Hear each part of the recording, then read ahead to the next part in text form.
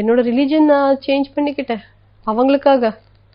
இவ்வளோ ரிஸ்க் எல்லாம் எடுத்துட்டு நான் அவங்கள கல்யாணம் பண்ணிக்கிட்டேன். இப்போ நான் கன்சீவ் ஆயிருக்கேன். கன்சீவ் ஆயிட்ட அப்புறமும் இவ்வளோ கஷ்டத்துல நான் எதுக்கு ஃபைட் பண்ணிட்டு இருக்கேன்? அவங்க வேணும் தானே. ஒரு சைடு லவ் இருந்தா பத்தாதுங்க, 2 சைடும் லவ் இருக்கணும். சொல்றது வேற, நடக்கிறது வேறன்னா அதுல அர்த்தமே இருக்காது. அவங்க பொண்டாட்டி குழந்தை வேணும்னு சொல்லிட்டு மீடியாக்கு முந்து சொல்ல வேண்டாம், என் முன்னாடி சொல்லட்டும். அட்லீஸ்ட் வா என் பேரண்ட்ஸ் கிட்ட போயிட்டு பேசலாம்னு சொல்லிட்டு அவங்க என்ன அங்கே ஊருக்கே கூட்டிட்டு போகலாம். இல்லை இப்போ எல்லாருக்கும் தெரிஞ்சிருக்குல்ல, சார்ட் அவுட் பண்ணல, நம்ம சார்ட் அவுட் பண்ணிக்கலான்னு. இல்லை இல்லை இவ ஃப்ரெண்ட்ஸ் எல்லாம் இருக்கோம் இல்லை, ஏன்னா நமக்கு 2 பேருக்கு கல்யாணம் பண்ண ஃப்ரெண்ட்ஸே இருக்குல்ல, அவங்களெல்லாம் கூப்பிட்டுட்டு ஒரு மீட்டிங் வச்சுட்டு சரி பண்ணலாம்ல. எதுக்கு அவங்க முயற்சி பண்ண மாட்டாங்க? அது எதுக்கும் வந்தாங்க போயிட்டாங்க, அவ்வளோதான். அவங்களுக்கு எல்லாம் இன்டர்வியூ கொடுக்குற டைம் கொஞ்சம் அவங்க வைஃபுக்கு ஒரு 1/2 hour கொடுத்துருந்தா இவ்வளோ பிரச்சனையே போயிருக்காது. ஒரு உமன் தான் வந்து இன்னொரு உமனுக்கு சப்போர்ட்டாக இருக்கணும். உங்கள் ஃப்ரெண்ட்ஸ் பல பேர் வந்து உங்களுக்கு வந்து இப்போ வரைக்கும் சப்போர்ட்டாக இருக்காங்க. பட் அன்ஃபார்ச்சுனேட்லி வந்து இப்போது ஹன்ஷிதா அப்படின்றவங்க வந்து உங்களுக்கு எதிராக அர்ணா கூட சேர்ந்துட்டு அவங்களோட அஃபேர் வந்து அது தாங்க முடியாமல் நீங்களும் வந்து டிப்ரெஷனுக்குள்ளானீங்க. ஸோ அதை பற்றி இப்போ எப்படி ஃபீல் பண்ணுறீங்க? அதை பற்றி ஃபீல் பண்ணுறது என்னங்க, எனக்கு அசிங்கமாகுது. அந்த பொண்ணு நினச்சாலே அசிங்கமாகுது, சீரியஸ்லி. இப்போ அந்த பொண்ணை பற்றி எனக்கு பேசுறதுக்கு இன்ட்ரெஸ்ட் இல்லை. இப்போ எனக்கு என்னோட லைஃப், என்னோட குழந்தையோட ஃப்யூச்சர் மட்டும் இம்பார்ட்டண்ட். எனக்கு நியாயம் வேணும்.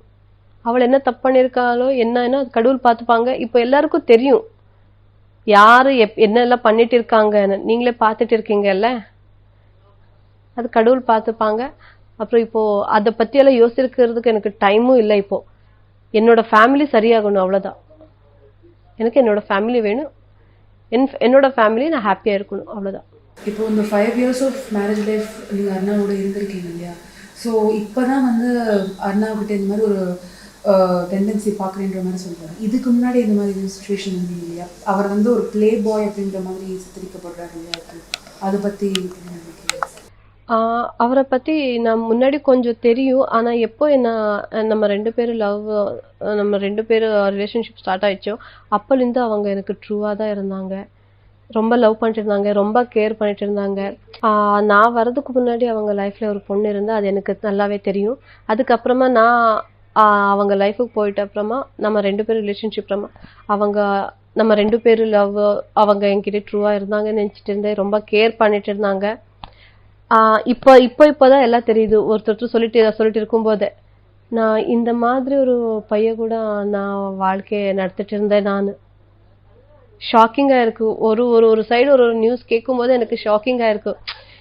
இது நம்ம அந்த மலேசியன் பொண்ணுக்கிட்ட அமௌண்ட் கேட்டது அது ஒரு மாதிரியானா, இல்லை வேற பொண்ணு பிளே பாய் மாதிரி இருக்குல்ல, அது கேட்கும் போதே எனக்கு ஷாக்கிங்கா இருக்கு. நான் அவங்களோட லைஃப்ல இருக்கும்போதே அவங்க இப்படி எல்லாம் பண்ணிட்டு இருந்தாங்களா? ஆனா இதெல்லாம் எனக்கு தெரியாம போயிடுச்சு. நான் நம்பிட்டு இருந்தேன். எனக்கு இப்பவும் அது நம்ப முடியல. நிறைய சைட்ல இருந்து நிறைய நியூஸ் கேள்விப்பட்டுட்டு இருக்கேன் இப்போ எல்லாம்.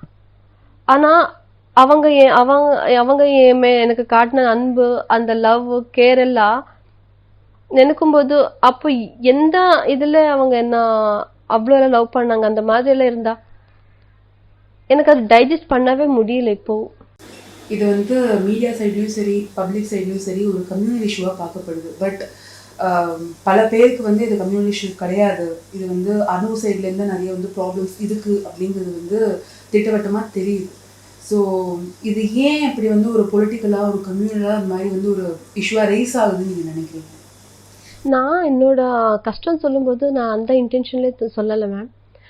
கம்யூனிட்டி இதில் போகுது, அந்த ரிலிஜன் பெரிய ஒரு இஷ்யூ ஆகுதுன்னு நான் என்னோட கஷ்டம் சொன்னேன்.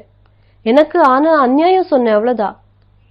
எனக்கு அர்ணவ் என்னோட லைஃப்பில் என்ன பண்ணியிருக்காங்கன்னு உங்களுக்கு சொல்லியிருக்கேன். 5 years லவ் பண்ணியிருக்கேன். கல்யாணம் ஆகும்போது இப்படி ரிலிஜன் மாற்றிருக்காங்க, கல்யாணம் பண்ணிட்டாங்க. இப்போ நான் கன்சீவ் ஆகிட்டு என்ன விட்டிருக்காங்க. என்னோட கஷ்டம் உங்களுக்கு சொல்லிட்டேன்.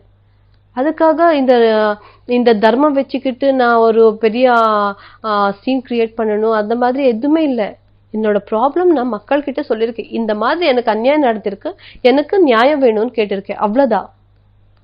ரொம்ப ஸ்ட்ரெஸ்ஃபுல்லான சுச்சுவேஷனாக இருக்கும், எங்களுக்கே தெரியுது. நீங்களும் வந்து ஒரு உங்கள் சைட்லேருந்து சரி, ஃப்ரெண்ட்ஸ் சைட்லேருந்து சரி, இது வந்து பயங்கர ஸ்ட்ரெஸ்ஃபுல்லான சுச்சுவேஷன்றது நல்லாவே தெரியுது.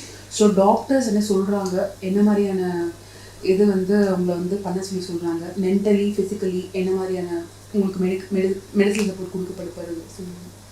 டாக்டர் என்ன சொல்கிறாங்க, நீங்கள் கம்ப்ளீட் ரெஸ்ட் எடுக்கணும், அப்புறம் எதுவுமே டென்ஷன் பண்ணாதீங்க, ஸ்ட்ரெஸ் எடுக்காதீங்க, ரொம்ப வெயிட் லிஃப்ட் பண்ணாதீங்க, ரொம்ப ஒர்க் பண்ணாதீங்க, நல்லா ஃபுட் சாப்பிடுக்கோங்க, நல்லா ஹாப்பியாக இருங்க. இது என்ன ப்ராப்ளம் இருந்தாலும் அது நீங்கள் ரொம்ப அது என்ன மென்டலி ரொம்ப ஸ்ட்ரெயின் எடுக்காதீங்கன்னு சொல்லியிருக்காங்க. கம்ப்ளீட் ரெஸ்ட் பண்ணணும்னு சொல்லியிருக்காங்க. லாஸ்ட்டாக நீங்கள் வந்து மீடியாவுக்கு பப்ளிக்கு என்ன சொல்ல விருப்பப்படுறீங்க திவ்யா? இப்போது நிறைய பேருக்கு கன்ஃபியூஷன் இருக்குது, யார் சரி யார் தப்பு, ஏன்னா 2 பேரும் தப்பு பண்ணிட்டு இருக்காங்களே, 2 பேரும் சரி இருக்காங்களான்னு.